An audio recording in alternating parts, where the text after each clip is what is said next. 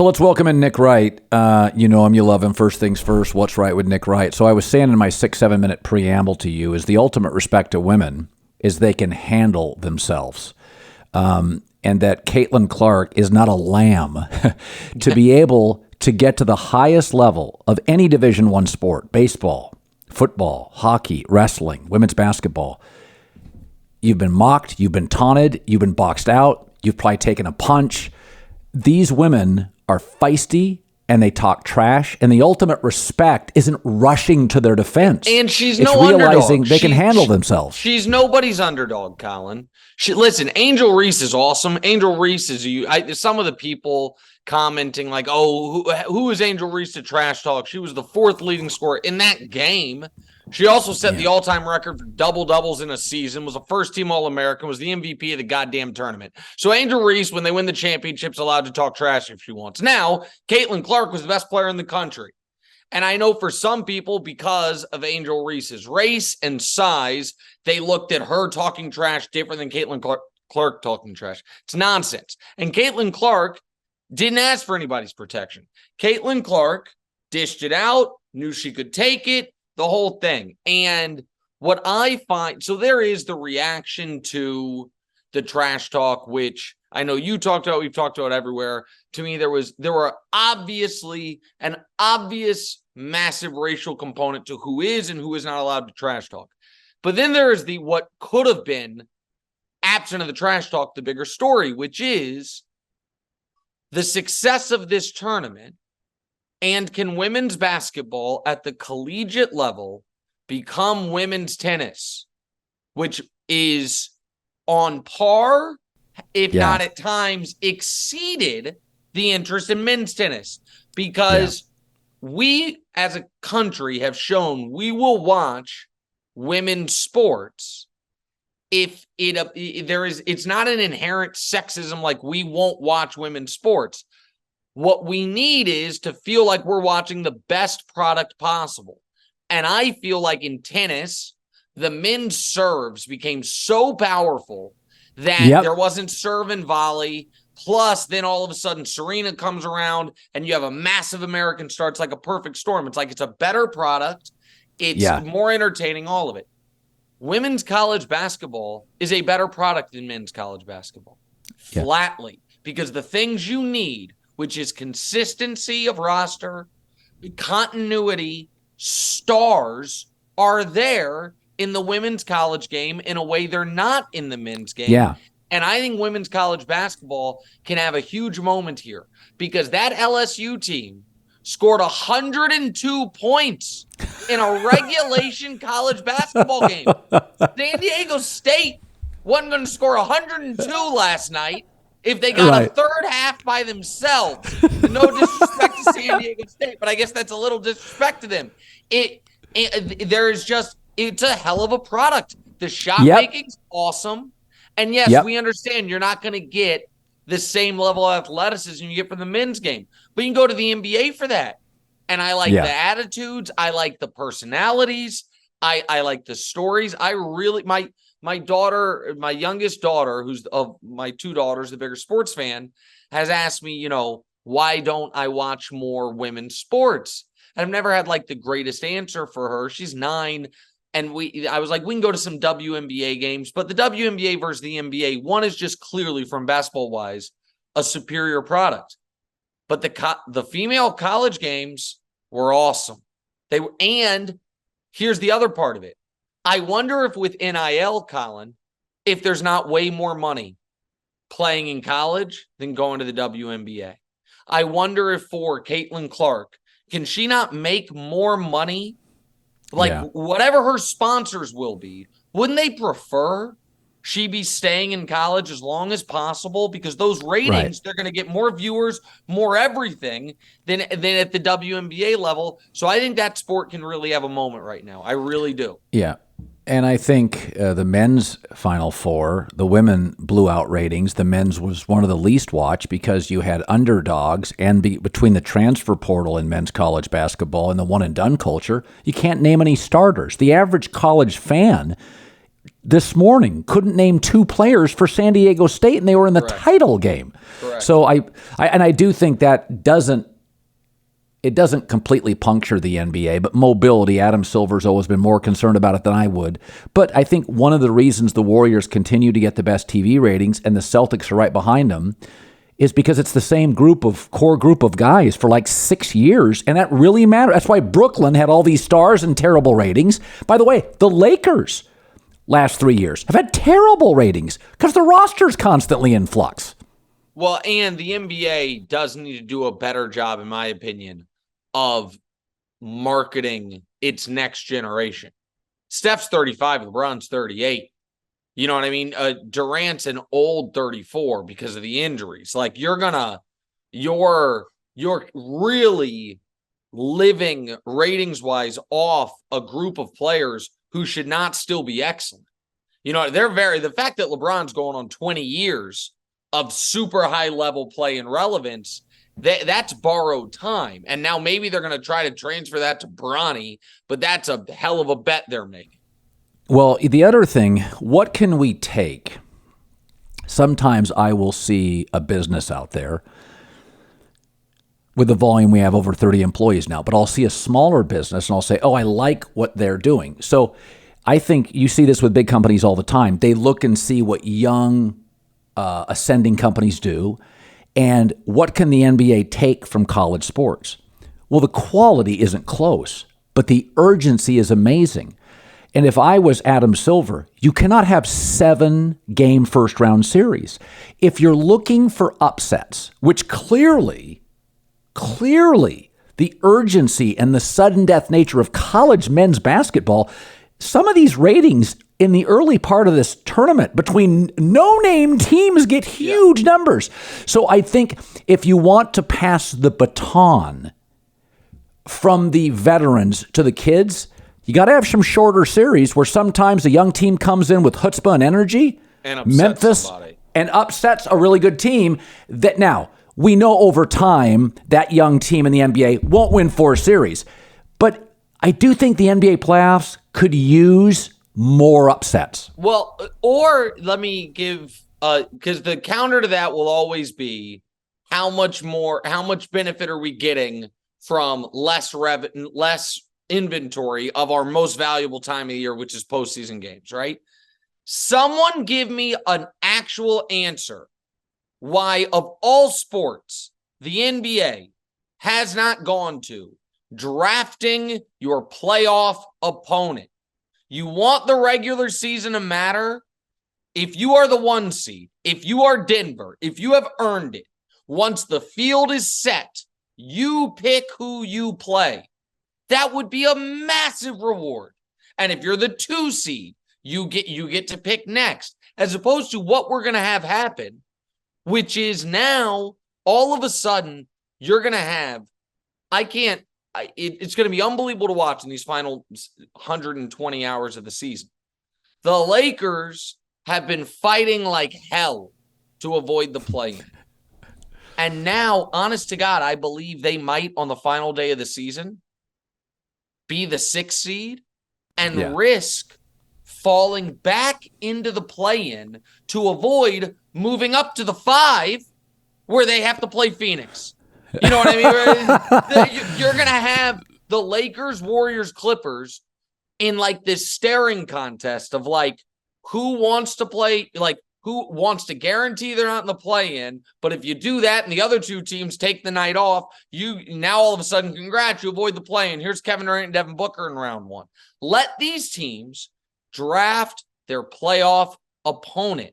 In the East, a team that I know you've liked historically, Boston. Boston has been better than Philly. Boston has not over the course of the year been better than Milwaukee, but they did beat them twice by 40 points. You know what Boston's big reward for their season is going to be? Miami in round 1. Congratulations, Boston. You know what I mean? Yeah. Philly, who's been worse than them, Philly's going to get a shell of a Brooklyn team. And it's like, okay, Mikal Bridges is a nice player, but that's fine. That's absurd. It's ridiculous.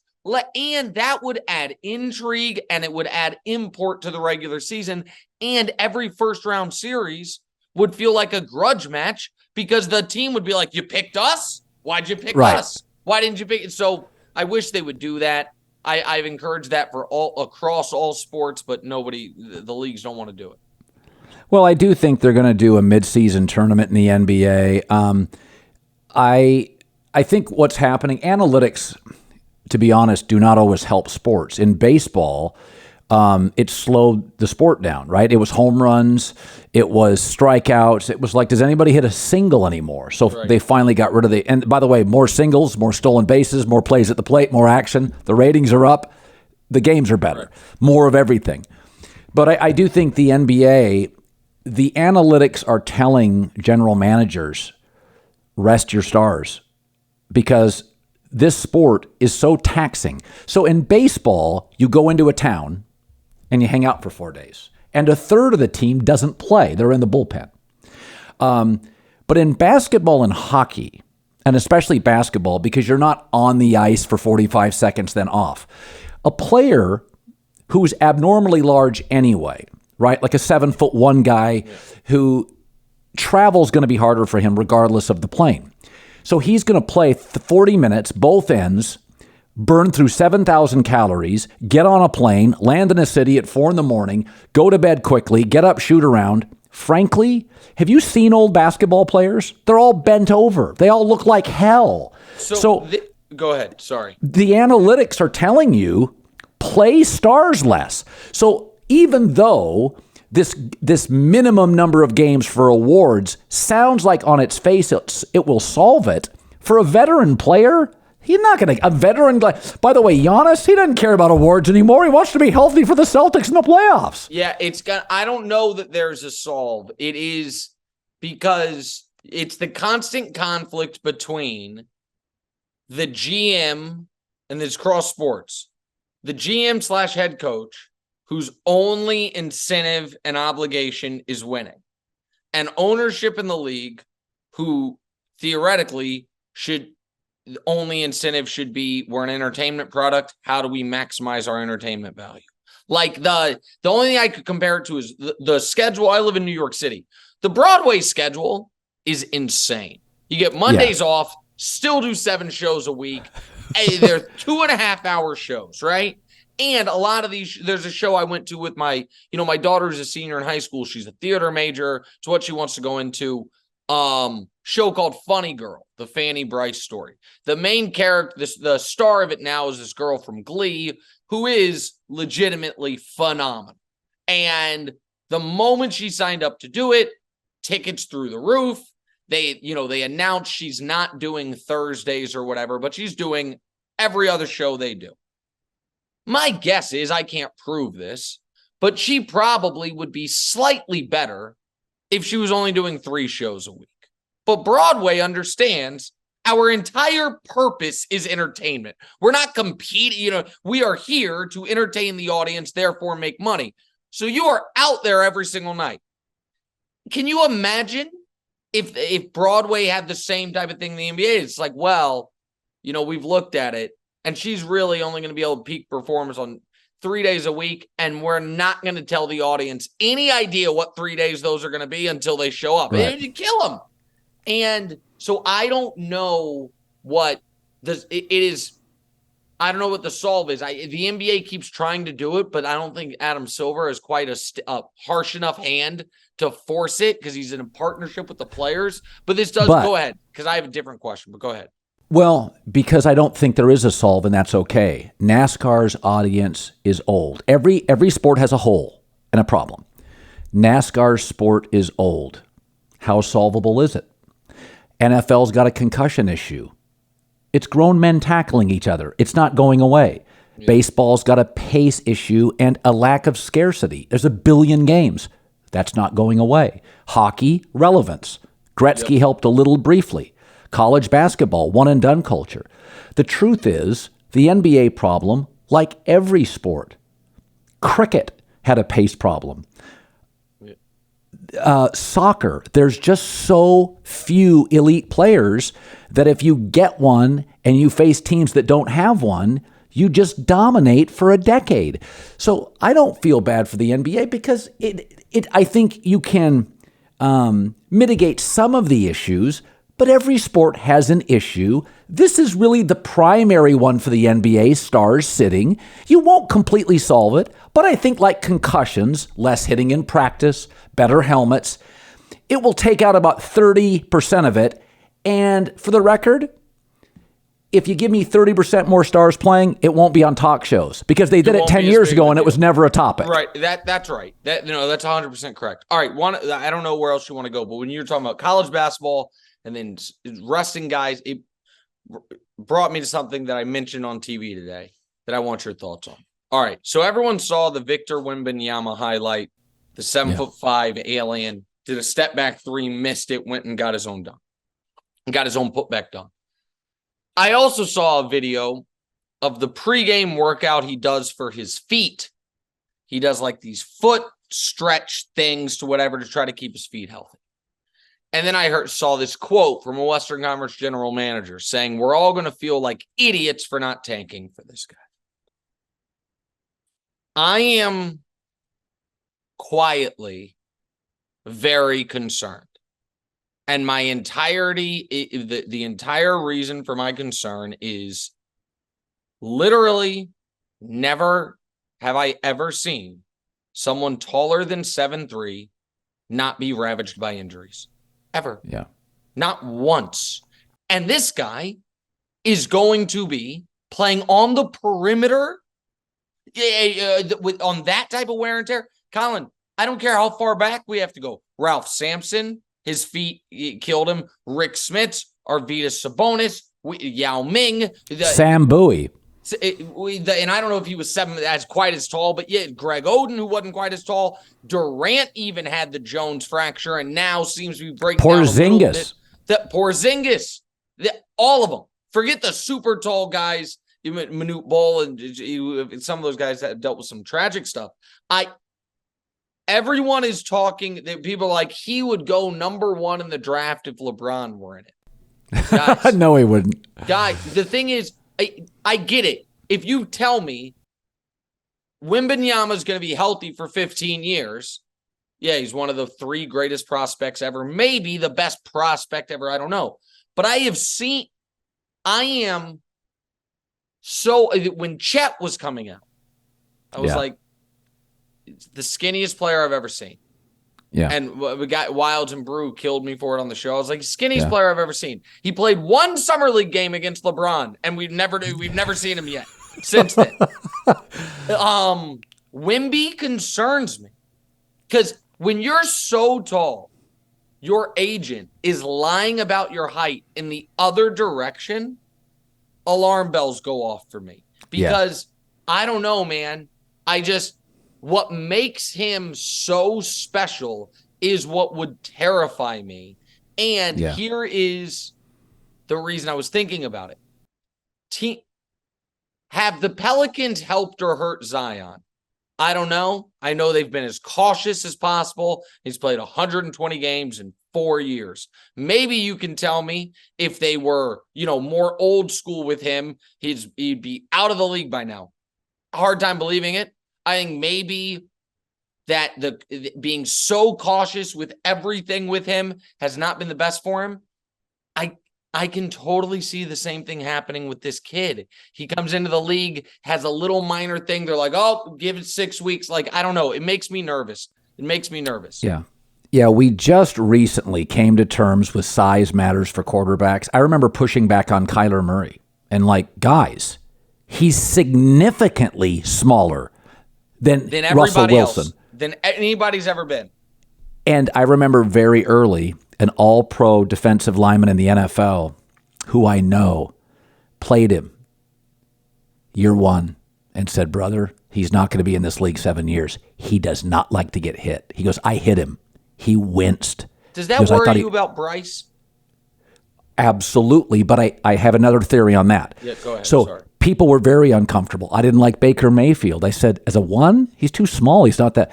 So we're coming to terms with Drew Brees was the outlier that size matters in quarterbacks. I said the same thing about Chet Holmgren. I said if I had one pick, I wouldn't take him.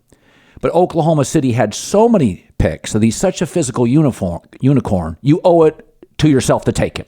Take the flyer. I'm fine with it. I don't like most or least, biggest or smallest, anything, basically. Yeah, I like that. And I know I can get burnt on it, but this is, and I'm curious what your theory on Bryce is, because Bryce is clearly the best on film prospect. It's not even arguable. But then I'm like, wait, they're saying he's thinner than Kyler? I don't know I think he might be undraftable for me. Like, he's so small. So he's too small, like the biggest or the smallest just concerns me. I want to see someone else do it first. What's your theory on Bryce? Okay, so my theory is you can't treat every investment like a 401k. So a 401k you put money into and never take it out until you retire. Yep. But you can also day trade stocks. You can buy stuff and sell it. You can flip houses. There's a lot of equities and there's a lot of investments that aren't built for long term. Yep. And those are also excellent investments. So not every quarterback you draft is built for 10 years. But if Carolina said to themselves, listen, our doctors say you're going to get 3 really good years out of him, and by year 4, he'll deteriorate. To stabilize the organization, wouldn't you still take him? Oh, that's interesting. Okay, that's interesting. Yep. So what you don't want to be in the NFL is Indianapolis, a wreck.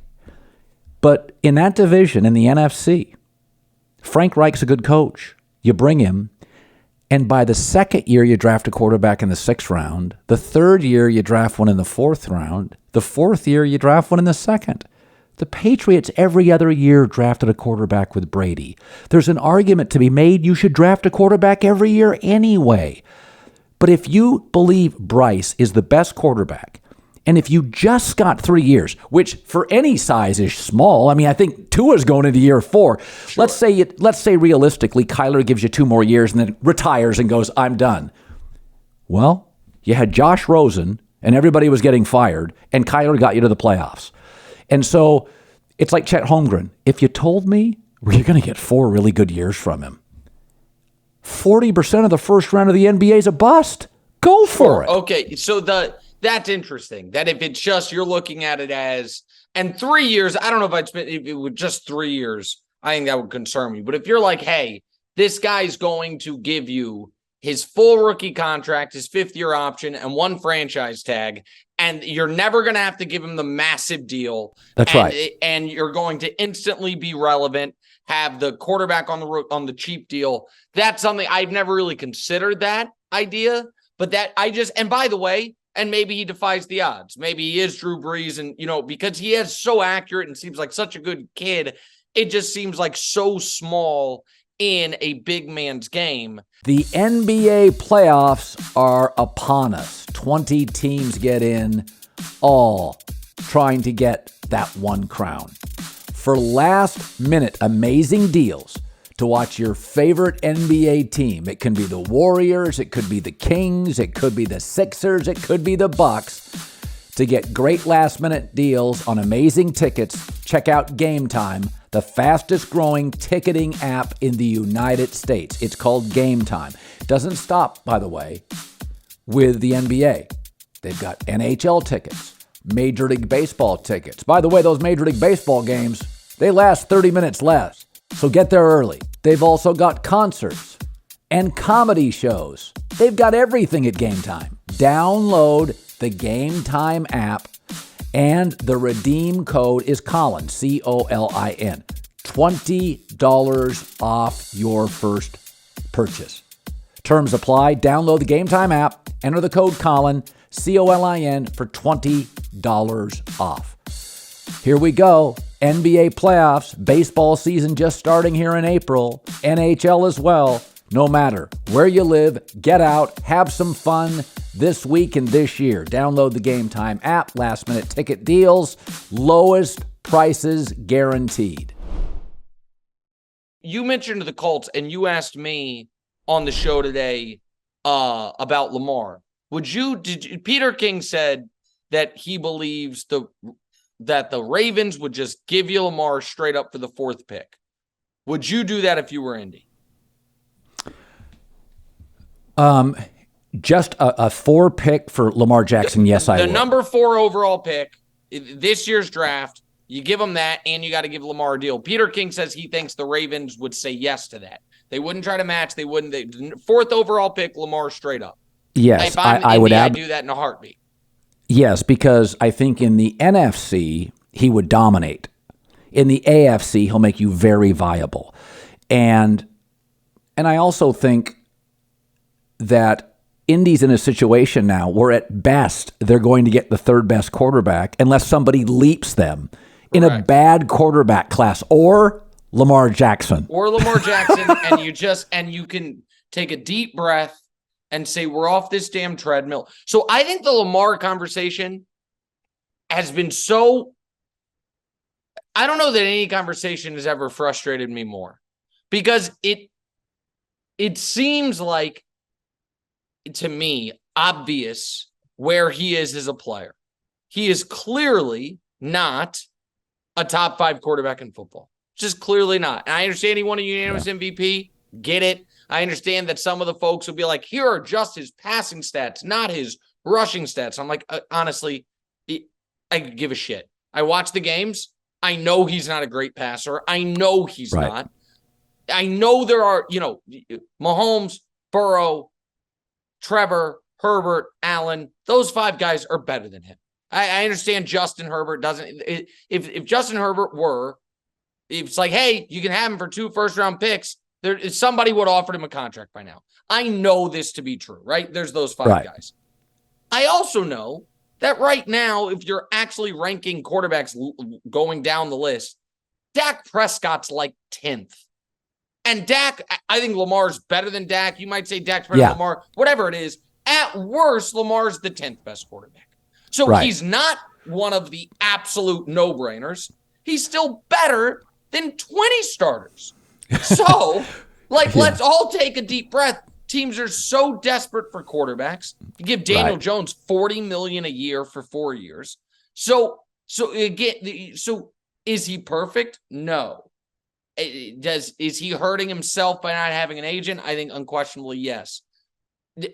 Is it frustrating that he hasn't, passing wise, he's actually awesome at some of the really hard stuff. It's the layups that he's not great at, has never gotten great at, and it's frustrating. Sure.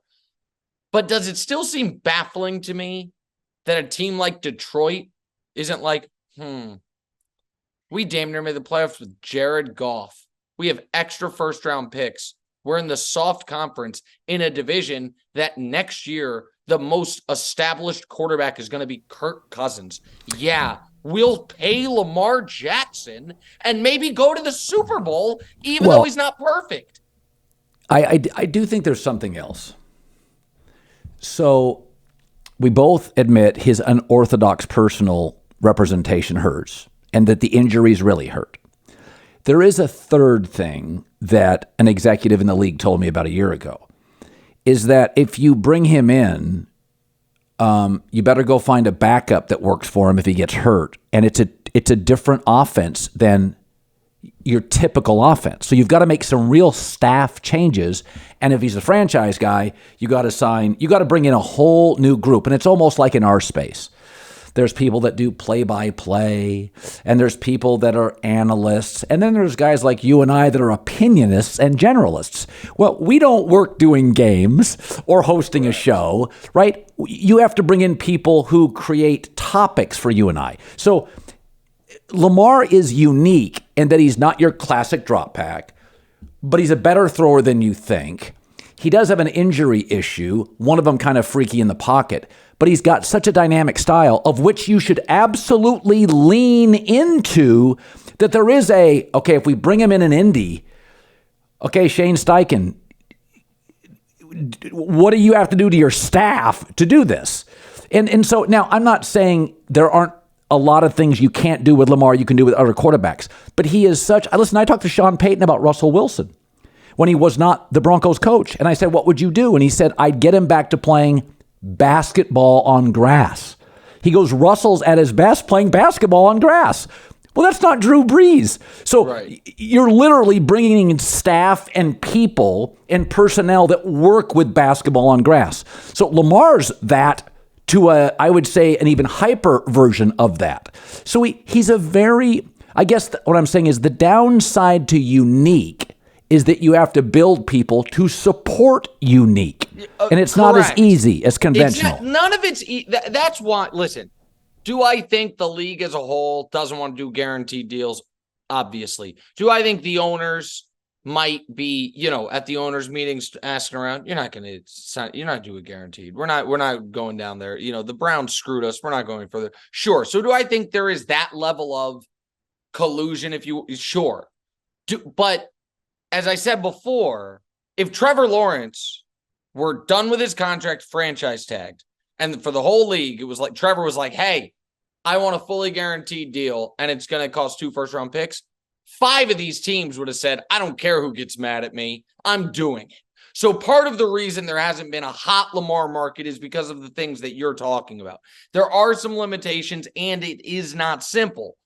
But there is still a massive instant upside, particularly for an NFC team where going into next year, the best quarterback in the conference, I think Jalen Hurts has earned that, but he's only shown to us for 1 year. And then after that, it's it's Stafford coming off an injury or Dak or whomever. We have no idea. Right. And so that part of it is, it is, and my theory on that is, I think most of these teams are waiting until after the draft, because if we sign Lamar, we're going to be better. So our pick in the future years will be worse than the pick this year. So might as well spend use our pick this year. And then the 2 first-round picks we'd have to give up are going to be in the 20s or whatever it is. Right. I also think when I saw the report that the Patriots were shopping Mac Jones, that I'd keep an eye on Belichick and Lamar. I'm glad you brought that up. So it's interesting. And I'm going to use our business again as a comp. So you were given a shot at FS1 and you have succeeded. But it does matter that you've had success as your first big syndicated cable opportunity. If you would have failed, there's a chance you would have never gotten a second opportunity. Yeah, right? For sure. Same for me at ESPN Radio. If I tank, I go back to doing local radio. And there's a big gap between local and where I've ascended to. So Mac Jones, I disagree with Eric Mangini on this. So Belichick is still pissed off that Mac Jones sought help outside of the building last year when they gave him Joe Judge as a quarterback coach and Matt Patricia as a coordinator. And I thought, had I gone to ESPN? Because in the NFL, Drew Brees is an outlier. You bomb in the first one, star quarterback, you don't get a second chance mostly. Right. So, and this isn't Deshaun Watson, who did star in Houston, had personal issues. Yep. But we knew he could play.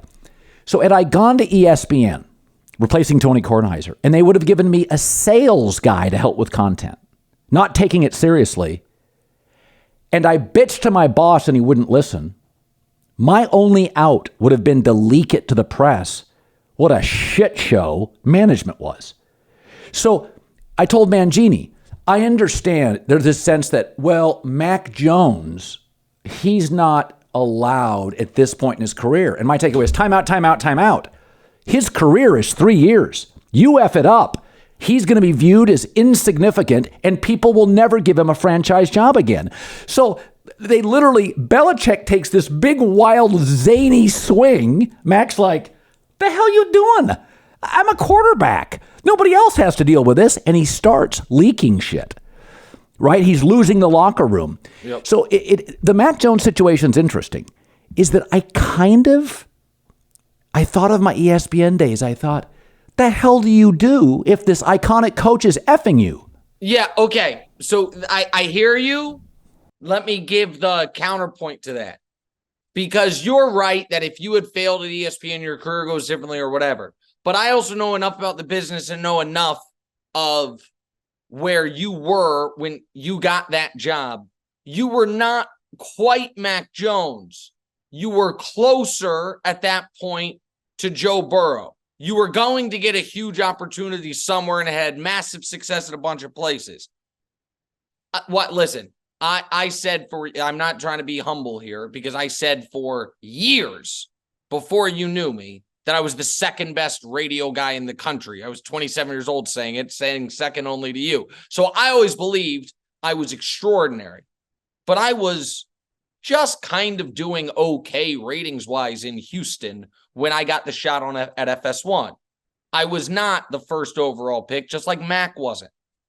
And so if you are Bill Belichick in this example, and I am Mac Jones, and you say, Colin Cowherd, successful for 20 years, I want you to come work with me.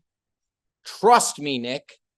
I know it might not make a lot of sense to you, but I need you to follow this. And my first year doing it, I overachieved. And my second year, you're like, I want to try some new things. And I'm out there trademarking my name, doing the gritty after segments. And I'm like, man, fuck this old man. He doesn't know anything. I got my career to think about. You might be like, your career exists because of me, asshole. What are you doing? And when I put you on the bench and I had someone else host and Zappy, all of it, our ratings went up. So maybe you need to go work somewhere else and see how that works for you. So I understand that Mac maybe was frustrated. I also understand Belichick may be thinking, buddy, you can't throw the ball 35 yards in the air. I can't trust you to throw a Hail Mary. So did I maybe make a mistake with having the special teams coach and the astrophysicist be your offensive coordinator? Sure. Do I need you constantly showing up my coaches, throwing things, yelling at people when you have not been part of the solution? And the thing that really hurts Mac, and this is the point I keep making on the show, the Patriots had 2 games last year where they scored 28 points. They were the 2 Bailey Zappi starts. It's not like those games Josh McDaniels came back for a cameo appearance. It was the same staff. It was the same everything.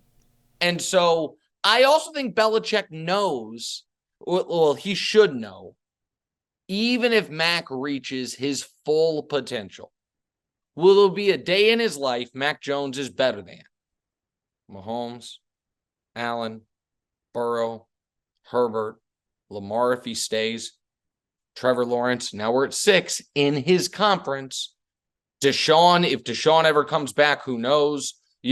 Comes back to where he was. If there's Russell Wilson, there's Aaron Rodgers, there's Tua, guys who all their upside that they have shown in their careers are high. There is a possibility his best case scenario is 8th best quarterback in his own conference.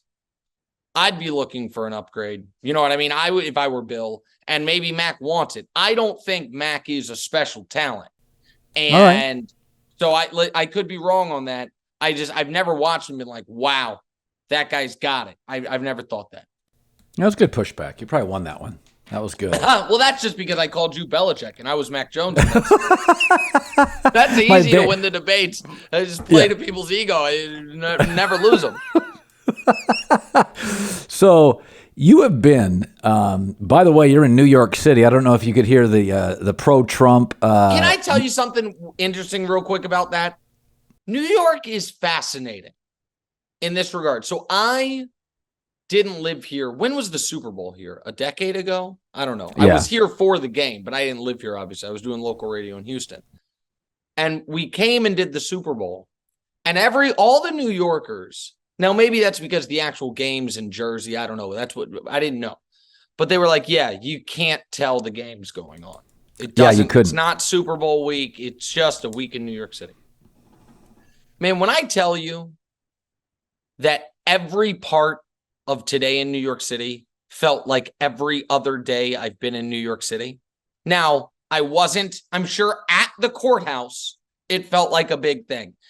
And in the surrounding few block area. But there is a weird part, and it kind of today to me, and I'm not a New Yorker. I mean, I've lived here 6.5 years now, but it's not where I'm from. I'm from Kansas City. That it did feel kind of cool that you're in a city that has so much going on with so many people that an unprecedented, historic, political, criminal event thing is happening. 30 blocks, a 12-minute bike ride from where I was, and there was no sign of it. There was, you know what I mean? There was nothing. New York's a weird place like that. Like that, just the city just keeps moving no matter what's going on anywhere else in the city. When you're a city the size of New York and LA, the only thing people generally suffer from simultaneously is horrific weather. Yeah. Yeah. But go ahead. We were all in LA going, okay, it's 28 straight days of rain. Where's the ark? It's insane, right? Like, and New York's had, like blizzards and that kind of stuff. No, the Trump stuff is, I saw 60 Minutes did an interview, which, by the way, they've interviewed terrorists. So I would not schedule, the woman they put on. Marjorie Taylor Greene. Yeah, MTG. I would not have, but they've interviewed terrorists, so it's sometimes you have to shine the light on ignorance. So, but my takeaway is the ratings were down like 35%. So 60 Minutes took a controversial stand and it backfired.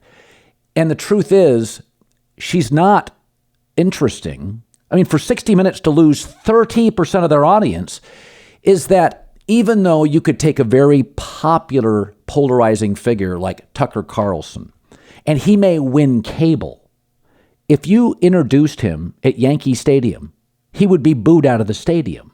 Yeah, is that Twitter is not real life, social media is not, and neither is cable television. Is that what creates clicks? Most people don't want to watch wildly polarizing figures and are not rooting for him. And Trump, if you're still clinging to Trump, Democrats aren't, statistically independents aren't, moderates aren't, and a lot of Republicans aren't. But if you go to Twitter, you think, oh, he's been reborn. The Biden team is praying he's who they face. See, so this is a fascinating political thing. And this is where I think, and this is where maybe I'm glad I'm not in this business. Because sometimes I feel like I'd be good in politics, want to run for office. My wife tells me I'm not allowed to run for office. I also feel then sometimes I'm like, I'm so glad I'm not involved in it.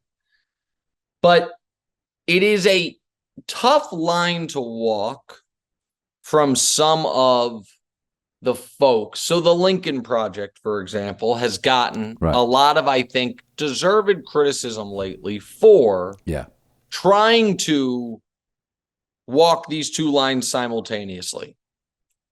Trump is a unique threat to American democracy, our way of life, unique in a way no politician we've ever had has ever been.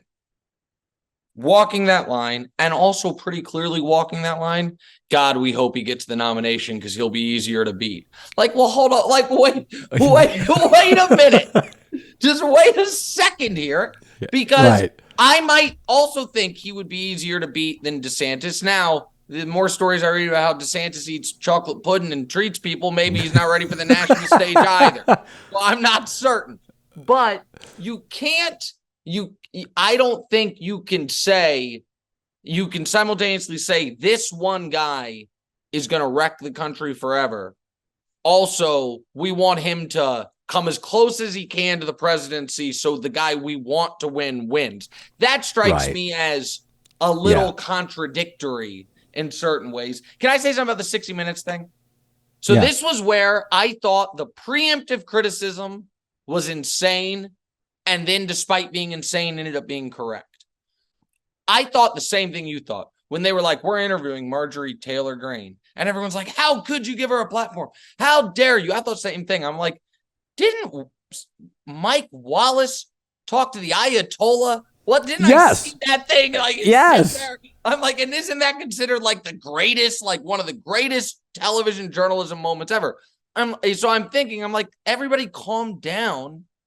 And before you criticizing something, before you see it, the idea of great journalism is shining a light. You know what I mean? Like there's a lot of horrible figures that I would really like to see an interview with, assuming it is going to be done, in my eyes, properly.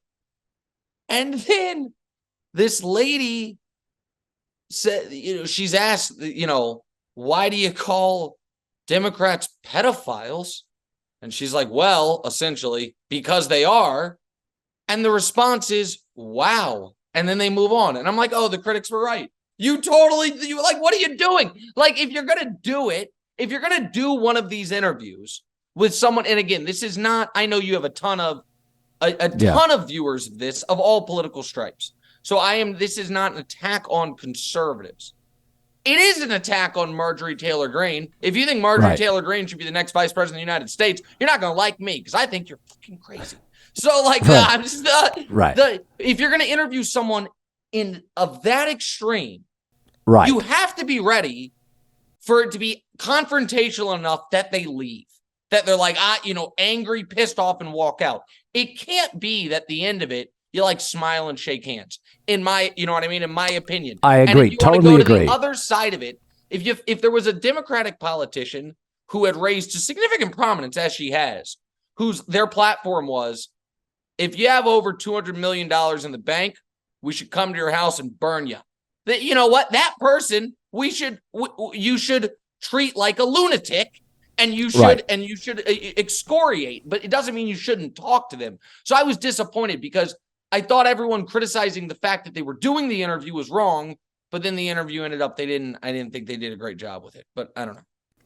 Yeah, no, 60 Minutes had had terrorists on. So my take is Leslie Stahl probably wasn't the person that should have been assigned to the story. That's how I feel. Having seen it, I didn't think that beforehand, but having seen it, I feel like sometimes you need confrontational journalism, and something like that. I don't think it should just be, we'll never talk to this person and pretend. It's one thing to be like, we don't want to give a platform to someone who doesn't have one. You know what I mean? Like some white supremacist Twitter troll. Why give them a platform? This person is a prominent member of the United States Congress. They have a platform. You're ignoring them is not going to make them go away. Very good, Nick Wright. That was that was 50 minutes of fun. I have some questions here. There's no need. This was better. Okay. All right. By the way, just real quick, but so we don't have to end on politics. Just 3 minutes here right now, this moment. Do you have a lean headed into the NBA playoffs? I'm going to say Boston matches up with Milwaukee, but somehow I think when given equal rest, I don't think the last game Celtics-Bucks is fair. They'd come off a wild shootout. Drew Holiday went from 51 points to 6. Yeah. I'll say Milwaukee in 7 over Boston gets to the NBA Finals. Wiggins is in shape, but he's not in game shape. Sacramento is actually a really good first round matchup for them because they know Mike Brown's tendencies, the coach. They're deep at guard, can throw a lot at De'Aaron Fox. No experience against the most experienced playoff team. So I do think, and the travel for an old team like the Warriors, the travel's a bus ride. That's some what unique. Draymond said. Draymond said he likes that matchup because of the travel. Yeah. So it's unique. If they get Sacramento and Wiggins gives you 16 and Kuminga gives you another 20, I think they escape that. Phoenix in the first round and Wiggins is just not ready to play 28 minutes, I don't think they can do it because Steve Kerr said... Go ahead, sorry. Steve Kerr said Wiggins is in shape, but he's not in game shape. There's a whole... And by the way, big difference between game shape and NBA playoff second round game shape. So I think if they get Sacramento and Wiggins can kind of play his way into game shape for about a 10-day stretch, and then the second round, then I think they would be ready. They're so deep at guard. And that would be a blood war. Yeah, and also I don't think Phoenix, again, Chris Paul is on the precipice of kind of going off that cliff. I mean, you've got Peyton, DiVincenzo, Clay, Poole, Steph. It is the deepest guard group I think I don't remember a guard group. They have no front court scoring without Wiggins, but I think they're built to really beat Sacramento. I don't know if Draymond's game works against Jokic. It kind of doesn't, right? He's a little flummoxed by him. So I guess my thing is there's a way for the Warriors to get there, but it has to be specific teams. The Clippers, maybe with Paul George not at 100%. Chris Paul struggles in a series, Phoenix. But I think if Boston or Milwaukee gets to the final, they'll be the champion. And it'll probably be Denver. Okay, I don't listen. I got to see the match. I would be very surprised if Denver gets past round 2. Very surprised. And listen, the Warriors, Lakers, or Clippers could be the 8th seed. Any one of them, and any one of them could bounce Denver in round 1. My son on podcast today said to me, "Would the Warriors winning be the worst thing for your career, Nick's career?" Because I've written them off again. And I said, absolutely not. And this is what I want your take on, then we can go. I said, I think the worst thing for my career would actually be the Lakers winning. And he couldn't understand why. And I said, I think if we're talking what is long-term the best for me, I think LeBron becoming the popular opinion, the majority opinion that LeBron's the greatest player ever is actually bad for me. I think that if that debate, if it's everyone's it'll be like 2 days of wow, Nick was right. Good for him. And then on to the next thing. It's in my interest for the LeBron Jordan debate to stretch on as long as possible. And LeBron winning the championship and the Finals MVP this year at least moves that to a coin flip in the eyes of most people, and it really changes the math on that in a way that's what's interesting. If the Lakers were to win the title this year, then anyone that says I'm not just counting the rings and the LeBron Jordan thing is not only just counting the rings, but the ring count would now just be one ahead. Because every other thing, it would be okay, who played longer, who's more, all these other things. So while it would feel great in the moment, I actually think long-term wise, it would not be, because that is the opinion people still to this day on the street. The number one thing people say to me is, do you really believe LeBron's better than Jordan? And if everyone believes LeBron's better than Jordan, I don't know how much that hurts me. I'm not sure. But so you disappear into the broadcasting ether. It's Nick's the guy who agrees with everyone on Mahomes and everyone on LeBron. Good for him. That was my thing. All right. I love you, Colin. See you, buddy. See you.